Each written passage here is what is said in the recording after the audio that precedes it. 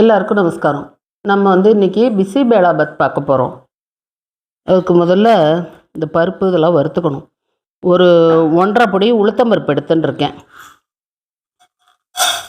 1½ பொடி உளுத்தம்பருப்பு,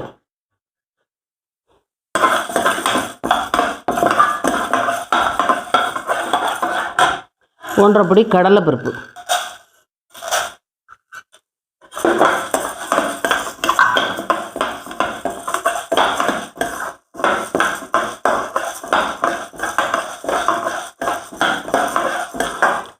எண்ணெயே குத்தாமல் கூட வெறும்னு வறுத்துக்கலாம்.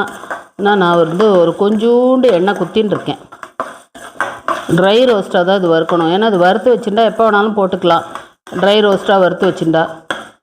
ஆனால் நான் இன்றைக்கி மட்டும்தான் வறுக்கிறேன், அதனால் நான் அந்த மாதிரி வறுக்கலை, ட்ரை ரோஸ்ட்டாக வறுக்கலை.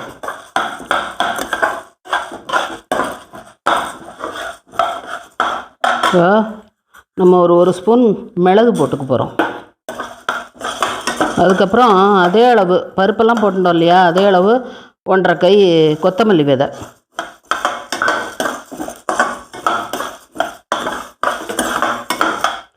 மிளகாத்தூள் நான் 5 தான் எடுத்துகிட்டு இருக்கேன். காரம் கம்மியாக போகிறோம், ஏன்னா குழந்தையெல்லாம் சாப்பிட்ணுன்னு கம்மியாக தான் எடுத்துகிட்டு இருக்கேன்.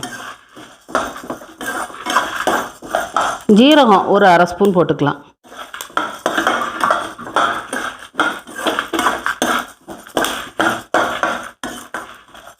அப்புறம் ஒரு ஸ்பூன் லவங்கம், அதாவது கிராம்பு.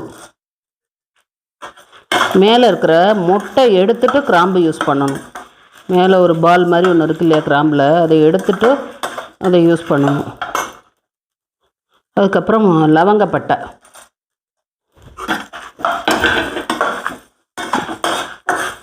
இது எல்லாத்தையும் அப்படியே ட்ரை ரோஸ்ட்டாக வறுத்து கூட நம்ம பவுடர் பண்ணி எடுத்து வச்சுட்டுடலாம். எப்போ வேணுமோ அப்போ அவசரத்துக்கு உடனே பிசிபேளாபாத் பண்ணுறது ஈஸியாக இருக்கும்.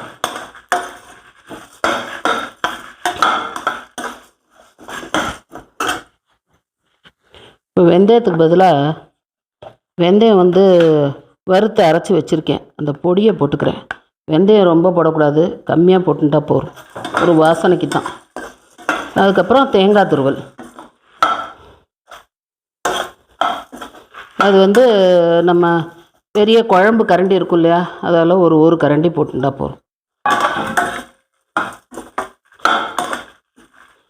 பொதுவாக இதுக்கு கொப்பரைக்காய் தான் போடுவா, நம்ம கொப்பரைக்காய் போடல, சாதாரண காய் தான், தேங்காய் தான் போட்டிருக்கோம்.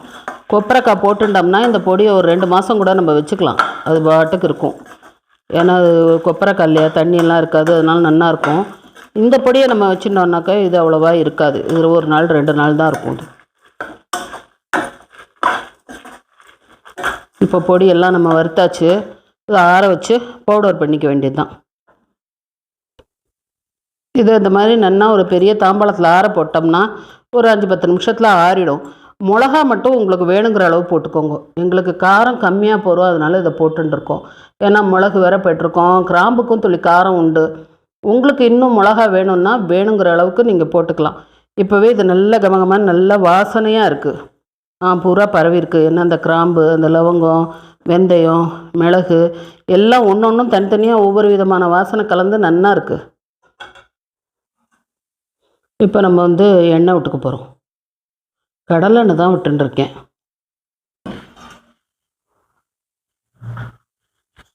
கொஞ்சம் கடுகு,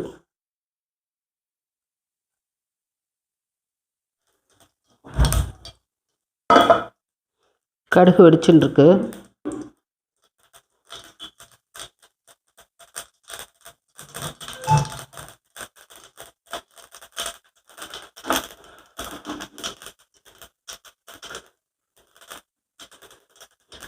நம்ம இப்போ எல்லா காயும் கட் பண்ணி வச்சுட்டு இருக்கோம். பீன்ஸ் ஒரு 100 கிராம் இருக்கும்.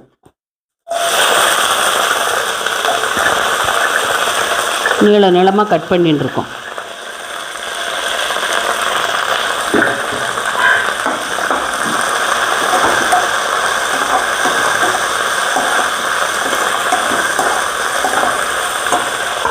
கேரட் ஒரு 100 கிராம்,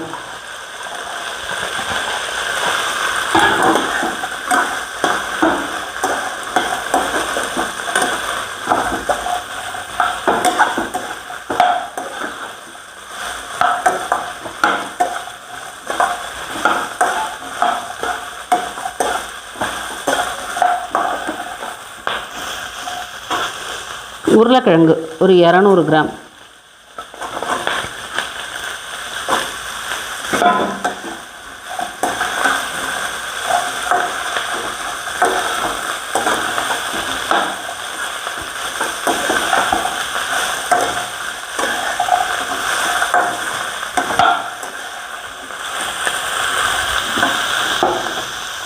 அதுக்கப்புறம் பட்டர் பீன்ஸு உரிச்சது ஒரு 150 கிராம்.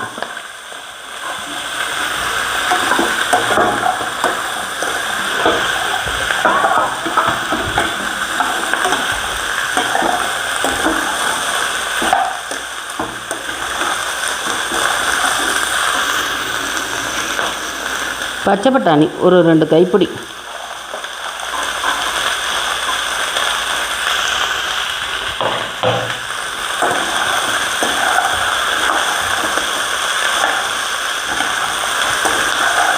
எல்லாத்தையும் வதக்கிட்டு கொஞ்சம் ஜலத்தை குத்தினோம்னா வெந்துடும்.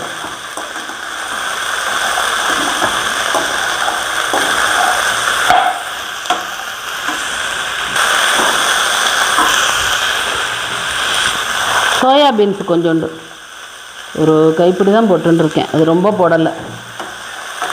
இன்னும் இப்படி இதை போட்டால் தான் நல்லாயிருக்கும் உங்களுக்கு. எல்லாத்தையும் நல்லா வதக்கிக்கணும். கொஞ்சம் மஞ்சப்பொடி போடணும்.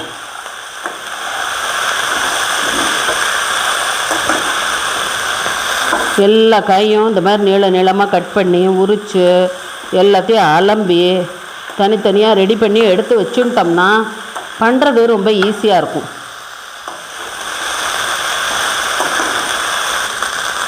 மஞ்சப்பொடி ஒரு 1/2 ஸ்பூன்.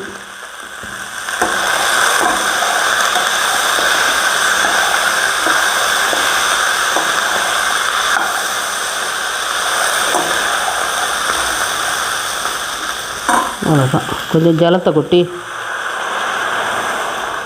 நல்லா வேக வச்சிட வேண்டியதுதான். கொஞ்ச நாள் வேகட்டும்.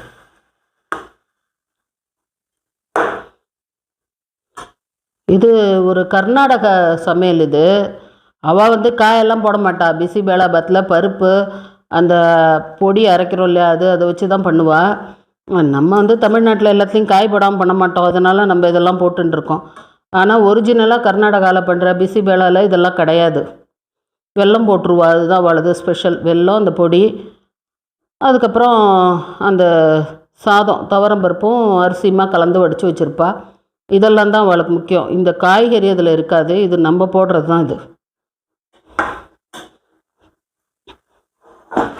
இதுக்கு நம்ம ஆற்றுல இப்போ பசுமஞ்சள் இந்த சீசன்லாம் வருது இல்லையா, இந்த பசுமஞ்சள் என்னென்னா கட் பண்ணி காய வச்சு அரைச்சி அதில் பண்ண மஞ்சப்பொடி. இது என் ஃப்ரெண்டு வாத்துக்கு பண்ணியிருந்தா, அதுலேருந்து கொடுத்தா. நானுமே அதுதான் ரெடி பண்ணுவேன். நான் ரெடி பண்ணால் அவளுக்கு கொடுப்பேன், அவள் ரெடி பண்ணால் எனக்கு கொடுப்பா. அந்த மஞ்சப்பொடி தான் இது. எப்படி அழகாக இருக்குது பாருங்கள் அந்த மஞ்சப்பொடி. இப்போ இதுக்கு தேவையான உப்பு, கடல் உப்பு இந்த வாசலில் வரால சைக்கிளில் எடுத்துட்டு அந்த உப்பு தான் நான் வாங்குவேன். இந்த கடல் உப்பு தான் இப்போ நம்ம போடுறோம். இதுக்கு தேவையான அளவு உப்பு.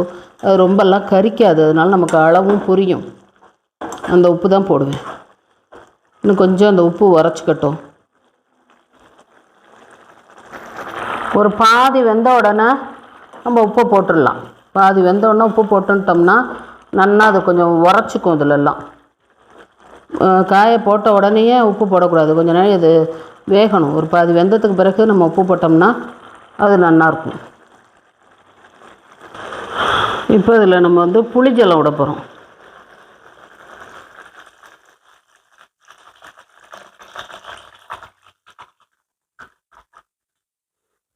ஒரு எலுமிச்சம்பழ சைஸு புளி எடுத்து நல்லா ஒரு 2 டம்ளர் தண்ணியை விட்டு நல்லா கரைச்சி வச்சுருக்கேன். அந்த புளி ஜலத்தை இப்போ இதில் நம்ம குத்திருக்கோம். கொதிக்கட்டும். நல்லா ஒரு 3/4 பதம் நல்லா காய் இப்படி வெந்ததுக்கு பிறகு நம்ம புளி ஜலத்தை குத்தினா போகிறோம். குத்தி அதை கொஞ்சம் நாள் கொதிக்க விடுவோம். அப்போ தான் இது எல்லாம் நல்லா சேர்ந்துன்னு இருக்கும். இப்போ நம்ம என்ன பண்ண போகிறோம்னா வெல்லம் போட்டுக்க போகிறோம். கர்நாடகா சமையலில் வெல்லம் இல்லாமல் பண்ண மாட்டான். அதனால் வெல்லம். இப்போ காயெல்லாம் நல்லா வெந்தெடுத்து புளி நல்லா கொதித்து புளி வாசனையெல்லாம் போய் எடுத்து எல்லாம் நல்லா சேர்ந்தாப்புல வந்துடுத்து. அதனால் இப்போ கொஞ்சம் ஜலம் இருக்குது பத்தல. இந்த பக்குவத்தில் நம்ம இந்த அரைச்சி வச்சுருக்கோம் இல்லையா பொடி, பிசிபேலாபாத் பொடி, அதை போட போகிறோம். இதில் ரொம்ப முக்கியமானது பிசிபேலாபாத்துக்கு இந்த பொடி தான்.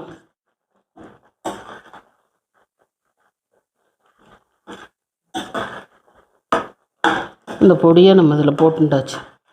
போட்டு கொஞ்சம் கொதிச்சா போதும், ரொம்ப நாள் கொதிக்கணும்னு அவசியம் இல்லை.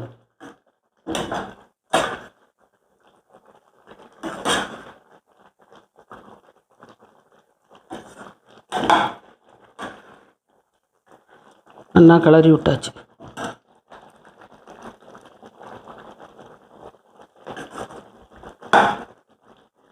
இப்போ நமக்கு பொடியை போட்டு சித்தனாழி கொதிக்க விட்டோம். ஒரு 5 நிமிஷம் கொதிச்சா போகும். இப்போ ரெடி ஆகிடுது. எதுக்கும் நம்ம கொஞ்சம் குழம்பு எடுத்து அண்ணண்டை வச்சுன்னு இருக்கோம். பிசி பேலா கொஞ்சம் எடுத்து வச்சுன்னு இருக்கோம். இப்போ சாதம் நல்லா வேக விட்டு எடுத்து வச்சுருக்கோம்.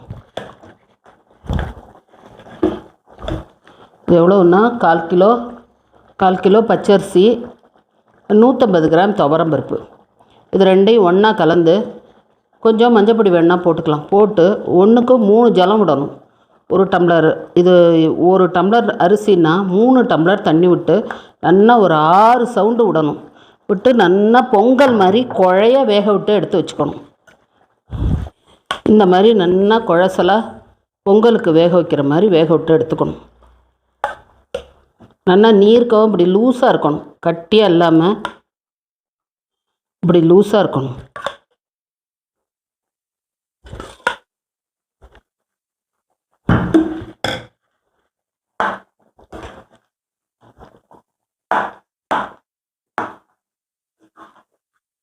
நல்லா இப்போ சாத்தை போட்டு கிளறியாச்சு.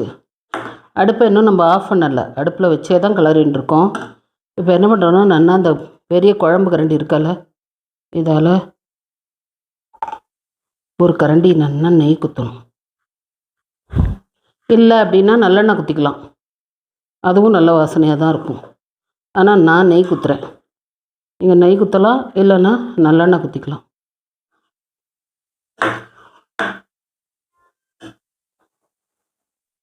இப்போ நல்லா ரெடி ஆகிடுது. இப்போ அடுப்பை ஆஃப் பண்ணிடலாம். நம்ம மோர் சாத்துக்கு தொட்டுக்கிறதுக்கு கொஞ்சம் குழம்பு எடுத்து வச்சுட்டுருக்கோம். அந்த சாத்துக்கு மிச்சம் எல்லாத்தையும் போட்டு நல்லா கிளறிட்டோம். இப்படி கொஞ்சம் லூஸாக கிளறி மூடி வச்சிட்டோம்னா கொஞ்ச நாளில் நல்லா இறுகிண்டு நல்லாயிருக்கும். எல்லோரும் சாப்பிட்டு பார்த்துட்டு எப்படி இருந்தது அப்படின்னு சொல்லுங்க. இப்போ பாருங்கள், இவ்வளோ நல்லா ரொம்ப அழகாக எப்படி களி மாதிரி பிரமாதமாக வந்திருக்கு. சூப்பராக இருக்குது. வாசனையும் நல்லா கமகமான்னு இருக்குது. நல்லா பார்க்குறதுக்கும் அழகாக இருக்குது. கருவேப்பிலை, கொத்தமல்லி அதெல்லாம் நீங்கள் வேணுன்னா போட்டுக்கோங்க, நான் போட மாட்டேன். வேணும்னாக்கா நீங்கள் போட்டுக்கோங்க. இதை இந்த மாதிரி பண்ணி சாப்பிட்டு பாருங்கள். ஏன்னா அதெல்லாம் போடும்போது இந்த பொடியோட அரோமா அடிபட்டுரும். அதனால் நான் போடலை. உங்களுக்கு வேணும் அப்படின்னாக்கா நீங்கள் இதெல்லாம் போட்டுக்கோங்க. அப்புறம் இந்த இதெல்லாம் எப்படி இருக்குது அப்படின்னு எல்லோரும் சொல்லுங்க, கமெண்ட் சொல்லுங்க, நான் தெரிஞ்சுக்கிறேன். அதுக்கப்புறம் நம்ம அடுத்த வீடியோவில் சந்திப்போம்.